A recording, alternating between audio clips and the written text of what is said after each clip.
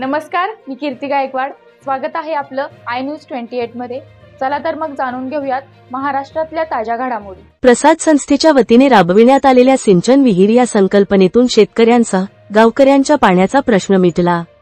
पालघर जिल्ह्यातील विविध आदिवासी बहुल भागामध्ये पाण्याचे दुर्भिक्ष आणि दुष्काळ असताना वाडा तालुक्यातील गोराड, वडपाडा व वसई तालुक्यातील थळ्याचापाडा या गावामध्ये प्रसाद चिकित्सा गणेशपुरी यांच्या प्रयत्नामुळे हे चित्र पालटले आहे। काही महिन्यापूर्वी दुष्काळाचे चटके सोसणारे आणि पाण्यासाठी वणवण भटकंती करणारे हे गावे पाण्याच्या उपलब्धतेने सुखावले आहेत। प्रसाद चिकित्सा संस्थेद्वारे गावकऱ्यांच्या सहाय्याने केलेल्या प्रयत्नाचे हे यश आहे। या गावामध्ये मार्च महिन्यानंतर पाण्यासाठी महिलांना पायपीट करावी लागत असत।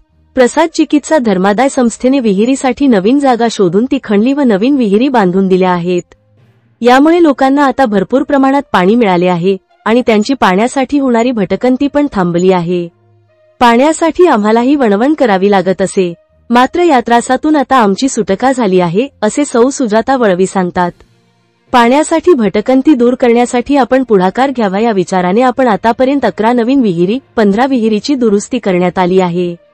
आदिवासी भागात नागरिकांना शुद्ध पाणी मिळावे यासाठी आजतागायत 2558 वॉटर फिल्टर वाटप करण्यात आले आहे।